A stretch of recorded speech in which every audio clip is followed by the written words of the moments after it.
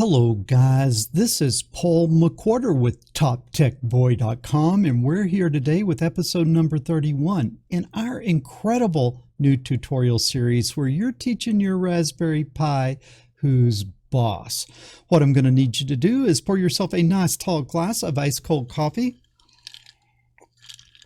That would be straight up black coffee poured over ice, no sugar, no sweeteners, none needed. And as you're pouring your coffee, as always, I want to give a shout out to our friends over at Sunfounder. Sunfounder is actually sponsoring this most excellent series of video lessons. And in this class, we are using the Sunfounder Raphael Raspberry Pi Kit, the Sunfounder Raspberry Pi Kit. Most of you guys probably already have your gear. If you don't have your gear yet, look down in the description. There is a link over to Amazon where you can pick this kit up. And believe me, your life and my life will be easier if we are working on identical hardware. Sunfounder, putting the tech back in TopTechBoy.com. But enough of this shameless advertising. Let's talk about what I am going to teach you today. And I think we have a really exciting lesson today. And what I'm going to teach you is I'm going to teach you how to incorporate a keypad into your Raspberry Pi projects. Now this actually, I want you to understand it and I want you to be able to do it on your own. So rather than me just write a library and have you download the library and just call my library, I'm going to have you kind of go through this and develop it with me. So we're going to spend 2, maybe 3 lessons on this most excellent keypad. So what I will need you to do is I will need you to go to your Raspberry Pi kit, and I will need you to get out this keypad, and then I will need you to get ready to learn how the keypad works. And that is not in focus, and I will go mad if I don't fix that focus. So let me get that focused, or it's going to bug me for the rest of the the lesson.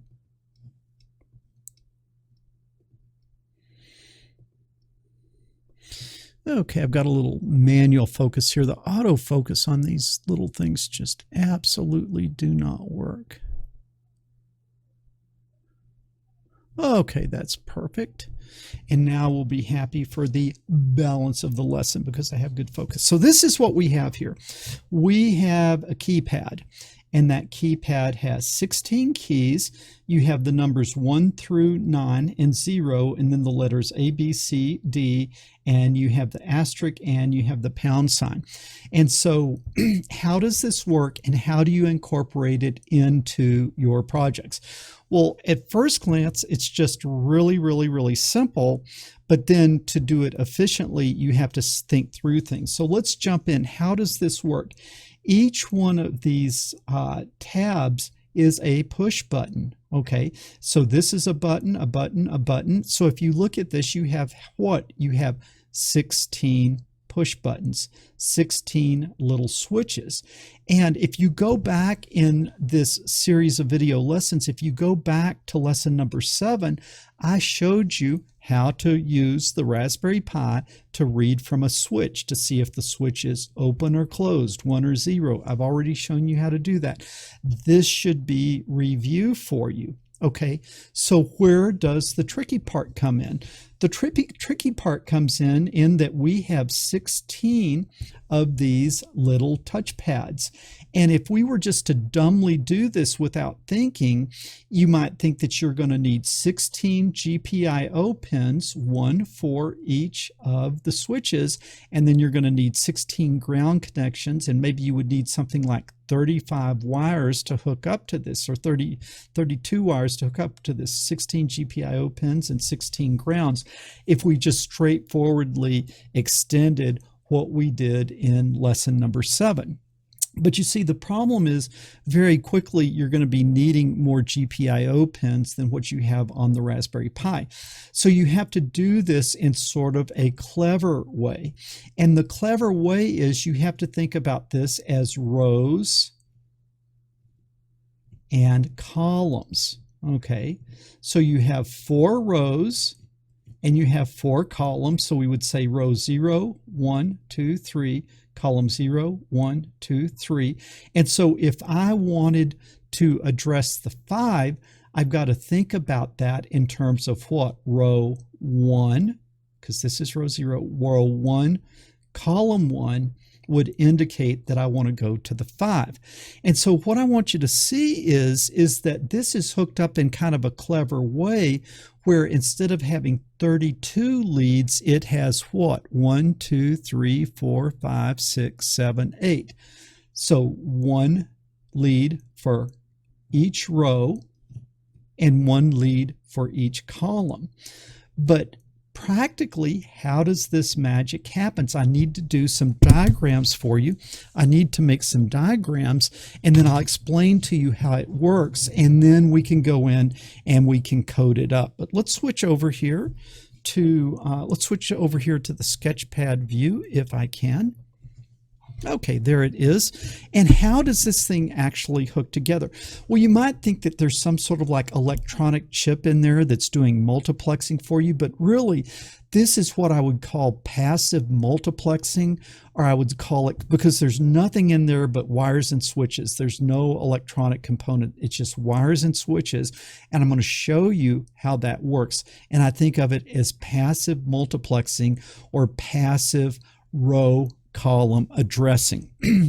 So if we're going to think about this, what we need to do is we need to come in and get our drawing going. And right, we said that we have 4 rows. So I'm going to draw 1, 2, 3, 4 rows. Okay, those rows are just wires. I want you to think of those 4 lines as 4 wires. Now we also have what? We have 4 columns. So here's 1, 2, 3, 4 columns. Now let's make sure that we label these. This is row 0, row 1, row 2, and row 3. This is column 1, column 2, column 3, and column 4. Now, literally, those 8 lines are simply 8 wires. Now, we have 16 switches, and the switches each have 2 leads, right, to a left and a right connector, and they're hooked together to these 8 wires this way. Now understand, at the intersections, the wires are not connected to each other. At the intersections, it's just 4 wires laying on top of 4 wires. The switches would connect like this. So from here, that's not good, from here to here is a switch. From here to here is a switch. At each one of these intersections, there is a switch. And yes, I'm going to draw them all in, and you can be patient and sip your coffee. You know, this is the second time for me to make this video. The first time I got to 30 seconds to the end of it, and my power crashed, and it crashed the studio, and I left the video. So this time, I'm trying to be much neater than I was the first time. Okay, and so we're almost done here. Just a few more to go of the switches. Okay, so you can see at the intersection of the rows and columns, I have a switch. Now, in the earlier lesson, in lesson number 7, how did we read a switch? Well, let me just draw it like that. Let me draw it like this. Let's say that we had 3.3 volts, and then we came down and we had our switch, and then that's not a very good switch. We had a switch, and then we had a resistor going to ground, and then we would read right here. Okay, now what we could do is this, we could make an internal pull down resistor. That was a pull down resistor, and if I read here, if the switch is open, there is no current flowing. What does this see? This sees ground. If the switch is closed, then current flows, the voltage drops across the pull-down resistor, and this sees 3.3 volts. So with this type of thing, if the switch is open, you're going to see the ground, and so you're going to read a 0. And if the switch is closed, then the current is going to flow through your pull-down resistor, and you're going to see the 3.3 volts, and that would read a 1. So an open would be a 0 and a close would be a 1. Now what you can see is that for that case, the 3.3 volts was just the 3.3 volt from the Raspberry Pi supply. Okay, but we can't just go in and connect, like let's say row 0 to 3.3 volts, because we need to be able to turn it on and off. How do we define which one of the rows that we are going to activate? We do that by turning that GPIO pin on. And so very importantly, what you have to see is the rows are going to be outputs, okay, and the columns are going to be inputs.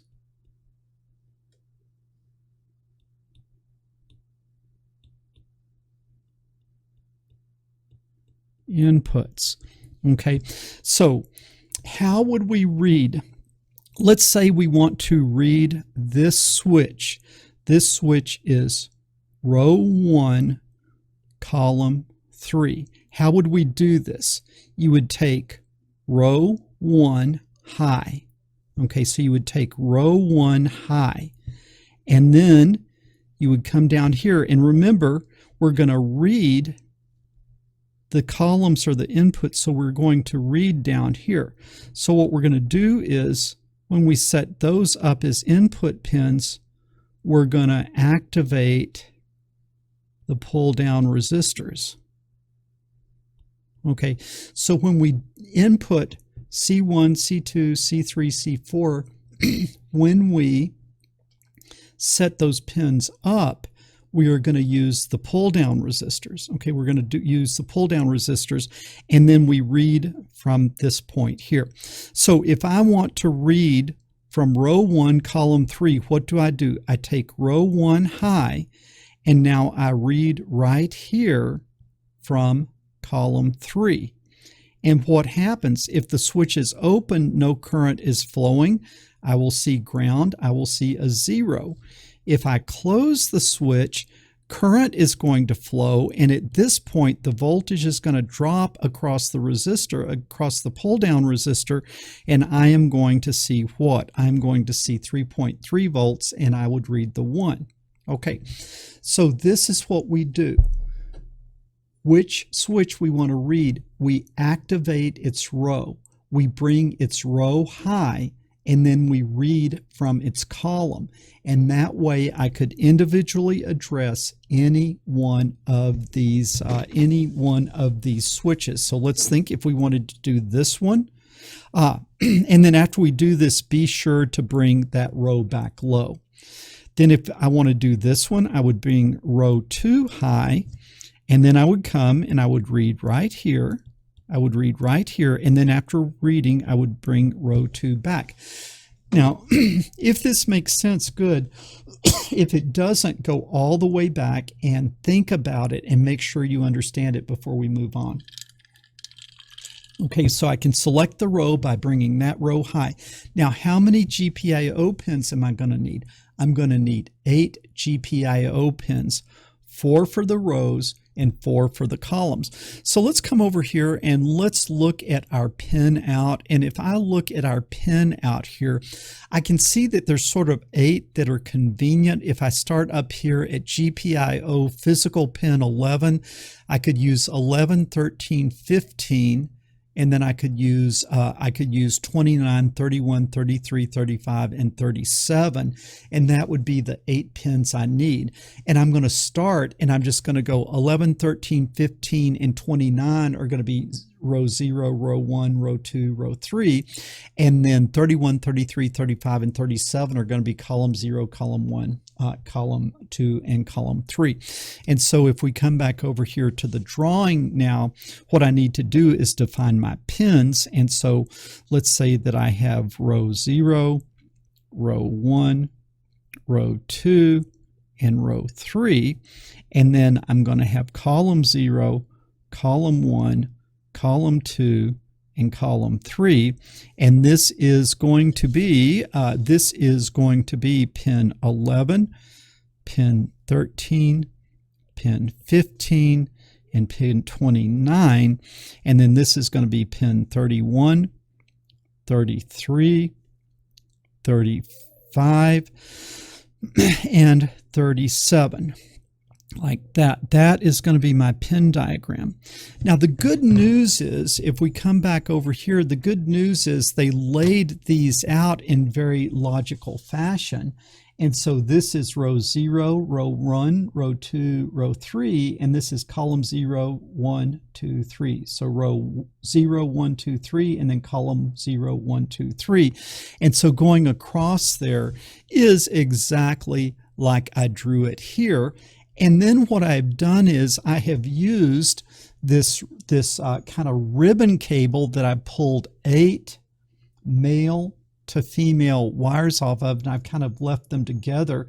And then I just go row 0, 1, 2, 3, and then column 0, 1, 2, 3, and then I come out and I just kind of go down the line here. Row 0, row 1, row 2, row 3, column 0, column 1, column 2, column 3.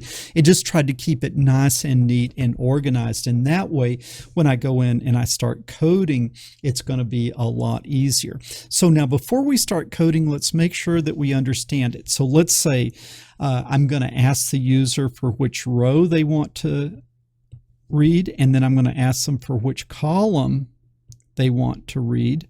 And then I'm going to take the row high, and then I'm going to read the column, and then I'm going to take the row low. All right, and that way I could read any one of these 16 switches by specifying a row, bring that row high, specifying a column, and reading from that column. And I hope this makes sense. And I know I've repeated myself a little bit here, but I want to make sure that you're following me because I want to make sure that you would be able to do this on your own. But enough of this talking. Let's jump in and let's actually start coding now. So let's come over to our code view, have a little bit of coffee to get ourselves started. Okay, now I'm going to start by importing rp_i.gpio as GPIO, like that. Then I'm going to need some delays, so I'm going to say from time import sleep, like that. Now I'm going to do my GPIO.set mode, and because we're connected to the physical pins on the board, we're not using that breakout board. I am going to use the GPIO.board numbering scheme. And now I could come in and I could say R1 equal 11, or R0 equal 11, R1 equal 13, R2 equal 15, R3 equal 29 to set up my pins. But I'm gonna keep that bookkeeping inside of arrays because I think that will be easier. So rows is going to be equal to the array of how many elements? 4. 11, pin 13, pin 15, and pin 29, like that. So now row of 0 would be pin 11. Row of 1 would be pin 13. And as we start building this code, it's just going to be a whole lot easier if we do our bookkeeping in these arrays. If I have rows, I also need what? The columns. And as I specified over here, what we're doing is we are just putting this little table up here into a row array and a column array. So we'll come back over to our code view. Don't forget the equal sign. So this is going to be equal to, what were those pins? 31, and then pin 33, and then pin 35, and then pin 37, like that. Now also, I want to go ahead and make a matrix. I want to go ahead and make a matrix of the labels for the keys. Okay, and that way if I want to actually print it out, I can just read it from the matrix. So I'm going to have how many rows? 1, 2, 3, 4 rows. I'm going to have how many columns? 1, 2, 3, 4 columns. But this time I'm going to make it a two-dimensional array because we are dealing with something that's kind of fundamentally two-dimensional. And so I'm just going to call it the keypad. And these are going to be the labels for the keypads. And so I'm going to open my matrix. And now I'm going to open my first row. And so open the matrix, open the first row. And then what labels do I have? I have the integer number 1, the integer number 2, the integer number 3. And then what do I have? I have the character A, like that. Now close your row, put a comma. Now start your second row, and that is going to be 4, 5, 6, what? The character B, like that. Close that row. All right. Now, comma, open your next row. 7, 8, 9, the character C. All right, like that. And now we're going to comma, and we're going to open our last row, and that is the character asterisk, and then that is the integer 0, and that is the character pound, and then that is the character D. All right. Close your row and then close the whole matrix. I'm going to run this thing just because if I have some gross errors, I want to get them out of here before I go on. Okay, but it ran, so that just means I don't have any gross errors. I'm looking at it, it looks pretty good. Neat thing about Python is you can have an array where certain elements are integers, other elements are strings, other elements are characters. It's very forgiving to have you kind of have mixed types in there. Okay, so that's my keypad. Now I need to go in and I need to set up my outputs, or let me set up my outputs. The outputs are the rows, so I'm going to say GPIO dot setup. Okay, and then what am I going to set up? I am going to set up my rows. I'm going to set up my rows, and so I could put here, we'll set up pin 11 as a GPIO dot out. Like that. I could set it up as a GPIO.out, like that, pin 11. But let's be good here. Instead of saying pin 11, say that is rows 0, because it's row 0, right? This makes it a little bit more descriptive. So now I want to set up all 4 of those rows. So I'm going to copy this, and then I'm going to paste it, and then besides row 0 being an output, row 1 is an output, row 2 is an output, and row 3 is an output. That looks good. I've got those done.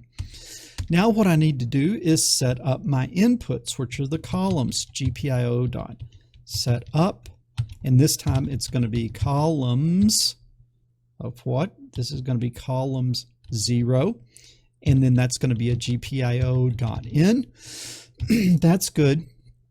Now don't forget, what do we need to do here? We need to activate the pull down resistor. So I'm going to say pull up down equal GPIO dot pull up down underscore down, like that.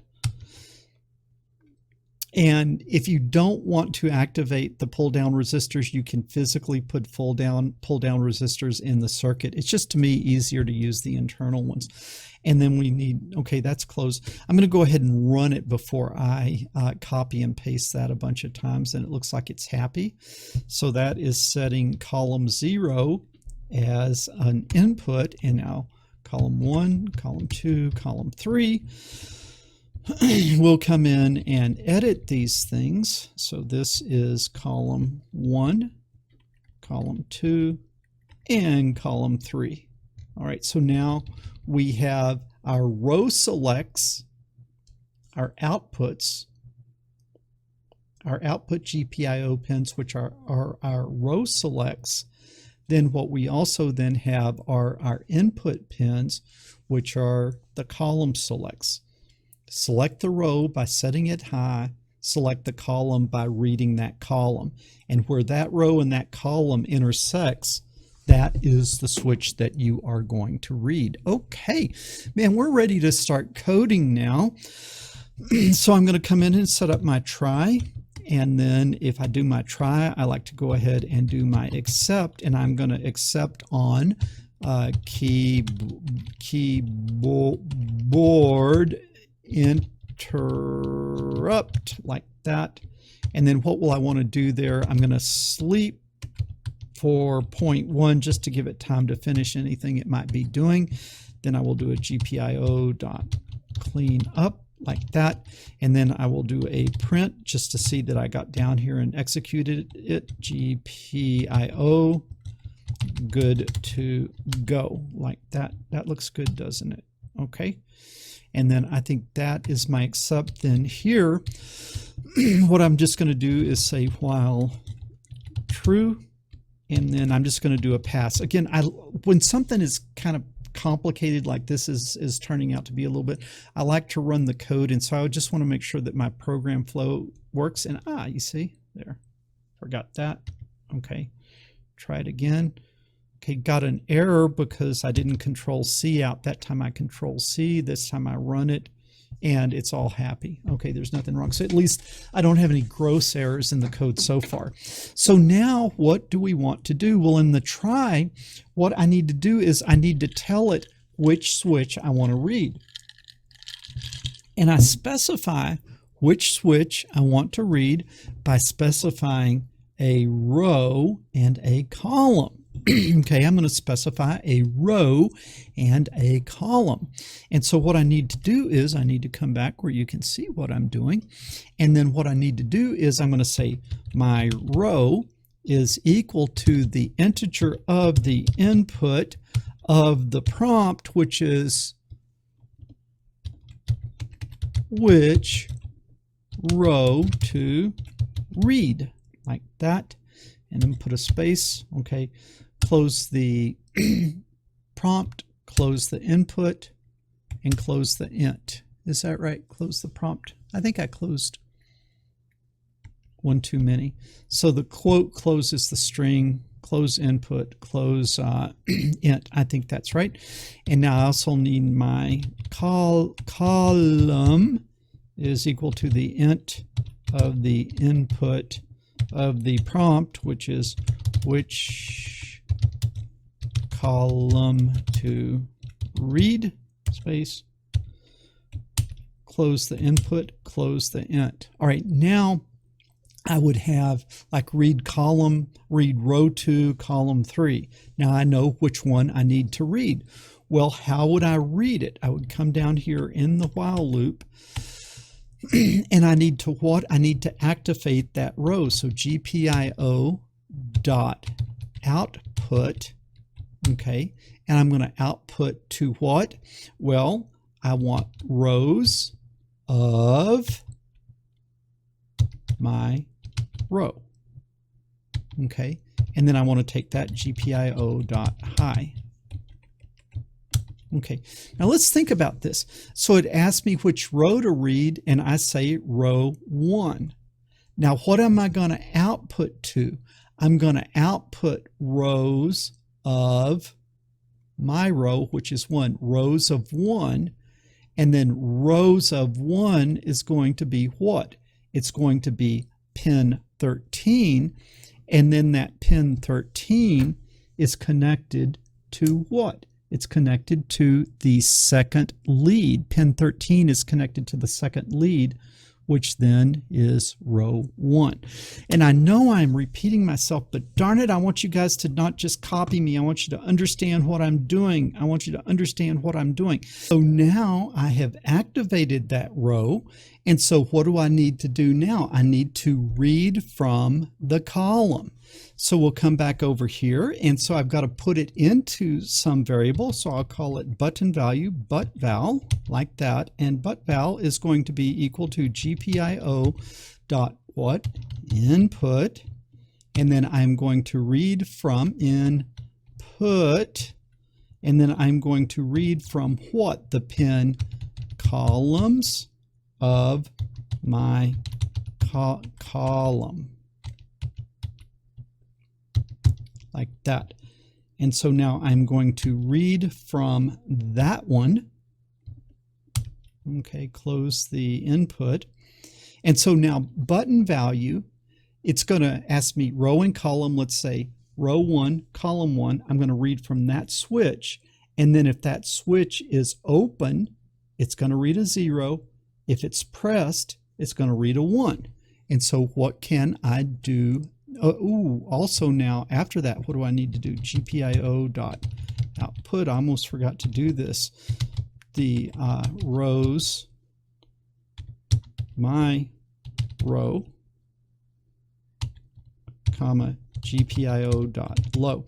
So now that I've made my reading, I've got to turn that row off so I don't mess up things the next time around, because if that row was left on, then next time when I'm trying to read this row, it's like I would be in a crazy way trying to read both rows. So you've got to make sure that you turn that off after you do your reading.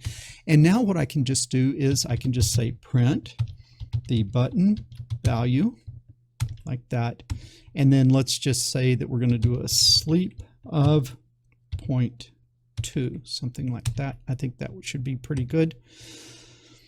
And now this should start reading from that if I am thinking about it right. Need everyone to hold their breath. Oh, okay. I got an error, but that's because I crashed the last time around and those pins were still in use. So I'm going to Control C out of this. Now this time it shouldn't crash. Okay, it's actually asking me what to read. And so let's switch views over here. Let's come back over to this view.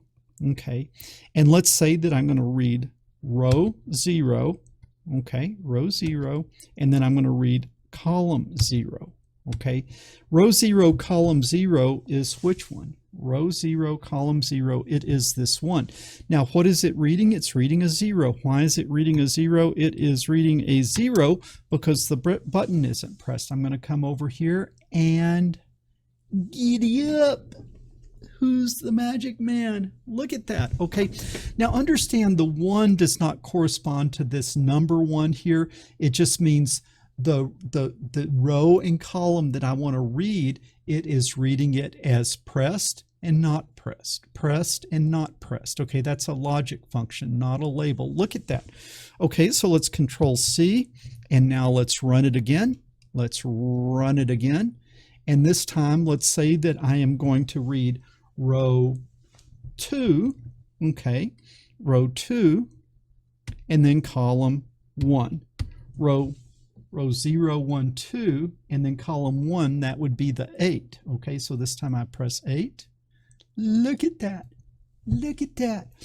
Okay, also look and see that if I press the other buttons, it doesn't show a 1 because what? It is only reading this key here. All right, so now we have the mechanism, we have the circuit, we have the logic, we have the code to actually make this work. Let's do one more thing and then I'll give you your homework assignment.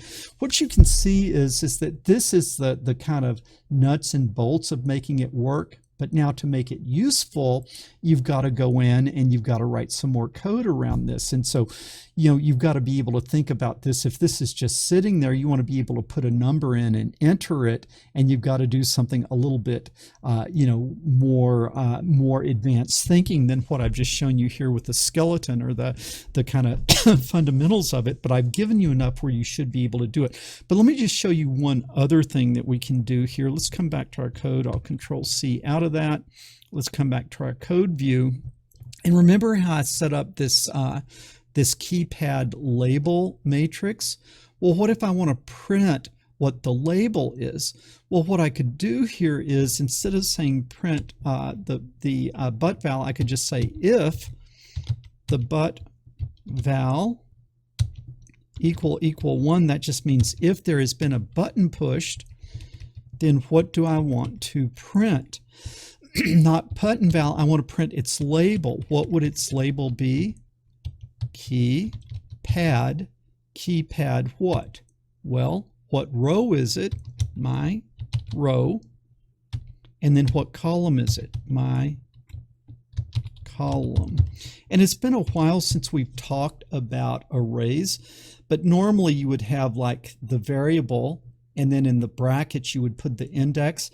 If it is rows and columns, you put the variable name and then open bracket the row, close bracket, and then open bracket the column and a closed bracket there, like that. It's not like A comma B, it is the row and then the column with no comma. So it's just like this. So just look at that and make sure you understand it. I want you to look at it for a second to make sure you sort of understand how to index a two-dimensional matrix. Okay, so now let's run this thing. Let's come back over here where you can see this view. Okay, and now we are going to run this thing like that. Okay, which row to read? I'm going to say row 2, and then I'm going to say column, let's say row 2, column 0, like that. All right, so now if we look at this, this is row 0, row 1, row 2, and then this is column 0. And so now if I press the 7, shazam, look at that, I get the 7. And if I press the other ones, nothing happens because I'm not reading those. Does that make sense? I've given you a little bit of a hint there. So what do I want you to do for next week? I think the best way for me to show you what I want you to do next week, I've written the program already, and then I won't show you the program, but I'll show you the result that we want to get, and that is not good. I want to come over here, and now let's see if I can run it. Okay, this is how I want it to behave. Watch this. You want to input a number, 1, okay, 2, 3, A, B, C, D, star, or hash, star, 0. Okay, so it just reports the one that is being pressed. Now, very, very important, and this is where you really have to think things through. If I press the 4 and hold it, I don't want it to go 4, 4, 4, 4, 4, 4, 4, 4, 4, 4, 4, 4, 4, 4. I get how many 4s? 1, 4. Okay. Now, if I press 5, I get 1, 5. I don't get repeated characters if I hold the button down too long. And in the early days of electronics, they hadn't thought through keypads very well. So to get it to work, you had to time it very deliberately how you pressed it. But I want this to work no matter how you time it. So you see I press the 4, hold it down a long time, let it off. Now I press the 5. Okay. Now I will show you something you've got to be very careful of. Let's say you're going to put a phone number in, 853-3362. 853-3362. I think I pressed the wrong one. 853. 853-3362. Now what I'm trying to show you is, You have to be able to get repeated numbers, but you get repeated numbers by pressing that key multiple times, not holding it down and pulling your finger off of it. This, I will give you a hint, it's kind of equivalent to the old toggle push button problem. And so go back and think about that, because you have to think about this the same way as you think about that. Really, it's very easy, right? You just select the row and then you read the column. And so that part of it is really easy, but thinking how to get this part of it working where you can have arbitrarily long button pushes, that, my friend, is a little bit more difficult. Guys, I really hope that you are enjoying taking these lessons as much as I am making the lessons. But guys, I got to tell you, fewer and fewer of you are doing the homework, and it really gets a little discouraging for me, because if you guys just want to have a Tuesday and Thursday hangout where we get together and just chat, that would be a lot easier than me spending hours and hours and hours putting these lessons together if you guys aren't actually going to learn it and do the homework. Now this one, if you watch me do it next week, it's going to seem really, really easy. Like, oh yeah, that's obvious, I would have figured it out. But you got to do it before you watch me, and then post your solution to YouTube, link back to this video, leave in the comment here a link over to your video.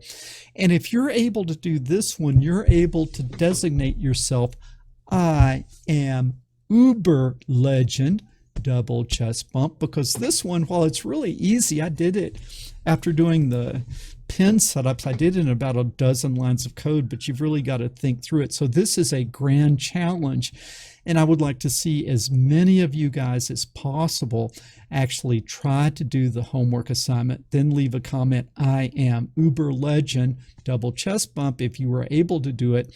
I folded up like a cheap Walmart lawn chair if you were not able to do it, or I never even entered the arena, which is what I'm afraid a lot of you guys are coming down to, not entering the arena. Guys, if you like this video, give us a thumbs up. Help us out with the old YouTube juice by leaving a comment down below. And then if you like the video, subscribe to the channel and share this with other people, because the world needs more people doing engineering and fewer people sitting around watching silly cat videos. Paul McWhorter with TopTechBoy.com. I will talk to you guys later.